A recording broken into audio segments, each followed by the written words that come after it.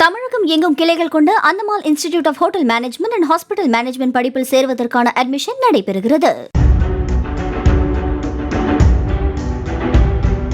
Chennai DP சத்திரம் பகுதியைச் சேர்ந்தவர் அமுதா. இவருக்கு அமலா என்கிற சகோதரி உள்ளார். இருவரும் இரட்டையர்கள் என்பதால் பார்ப்பதற்கு ஒரே மாதிரி இருப்பார்கள். கடந்த ஞாயிற்றுக்கிழமை அன்று இரவில் மர்ம கும்பல் வீட்டின் வெளியே நின்ற அமலாவை அமுதா என நினைத்து பெட்ரோல் குண்டை அவரை நோக்கி வீசியுள்ளனர். இதனால் அமலா அலறி அடித்துக் கொண்டு வீட்டின் உள்ளே சென்றுள்ளார். பெட்ரோல் குண்டு சுவரின் மேல் பட்டு வெடித்துள்ளது.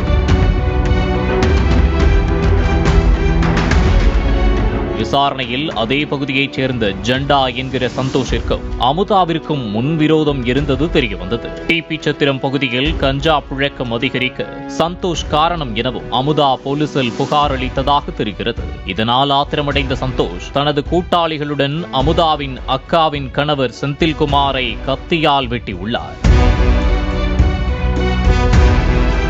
இதனால் சந்தோஷ் மீண்டும் கைது செய்யப்பட்டார். பின்பு ஜாமீனில் வெளிவந்து தனது நண்பர்களுடன் அமுதாவிற்கு பதிலாக அமலா மீது பெட்ரோல் குண்டு வீசியுள்ளார். இதனையடுத்து சந்தோஷை போலீசார் தேடி வருகின்றனர். அது ஒரு 10 மாதம் இருக்கும் சார். இந்தமாரி போதைப் பொருளுக்கு நிறைய அடிமையாகி பசங்க அதை கும்பலாக சேர்ந்ததுனால நான் போலீஸுக்கு இன்ஃபர்மேஷன் கொடுத்தேன். அந்த ஆமாம், கெஞ்சா அடித்ததே பார்த்துக்கிறேன் சார். நான் அவனுங்கள அடிக்கும் போதே நான் சொல்கிறேன், எதுக்கு இந்தமாரிலாம் இங்கே பண்ணி நிற்கிறீங்க, குழந்தைங்க நடக்குது, கடைக்கு போகிற வழி தான் அது, குழந்தைங்க நடக்குது. நான் போலீஸ்க்கெலாம் நான் ஃபோன் பண்ணிட்டு யாரோ சொல்லிக்கிறாங்க. அது சொன்னதில் தான் ஆள் காட்டி போலீஸ்க்கு நான் தான் ஆள் காட்டின்ட்டு சொல்லி போன மாதம் என்ன ஆகுது, எங்கள் மாமாவுக்கு கத்தி வச்சுக்கிறான், கை அடிபட்டுது. சரி நானும் விட்டேன். அப்போவும் என்ன சொல்கிறேன், மச்சினிச்சு விட மாட்டேன், நான் ஆள் காட்டி வேலை பண்ணா போலீஸ்க்கு. நான் போலீஸுக்கு ஆள் காட்டினால தானே நடவடிக்கை எடுக்க முடியும். அப்படியே விட்டானா இங்கே இருக்கிற சின்ன சின்ன பசங்கள்லேருந்து எல்லா போதைப் பொருள் யூஸ் பண்ணுறாங்க. எங்களுக்கு இங்கே பாதுகாப்புக்கு ஒரு கேமரா கிடையாது. இப்போ அன்றைக்கி நைட்டு என்ன ஆகிக்குது, 11:30 மணி இருக்கும். அப்போது நைட்டுக்கு 3 பேர் எங்கள் அக்காவை தாக்கிக்கிறான். நான் நினச்சி எங்கள் அக்கா தாக்கிக்கிறான். இதையும் அந்த பெட்ரோல் ஊற்றி அதை அடித்ததுனால ஏதோ ஃபயர் ஆயிடுச்சு.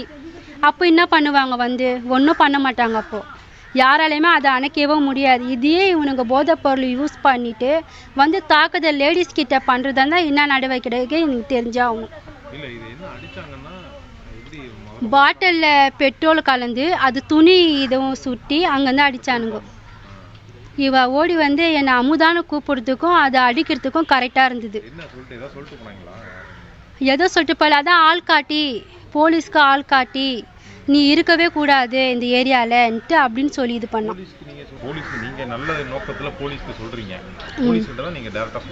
ஆமாம், அவங்க ஃப்ரெண்டுங்க சார். அவங்க ஃப்ரெண்டு பிடிச்சானா தெரியும். போலீஸ்லாம் கிடையாது சார். ஆனால் அவங்களுக்கு அந்த சந்தோஷ் என்ற பையனுக்கு ஃப்ரெண்டு இருக்கிறாங்க.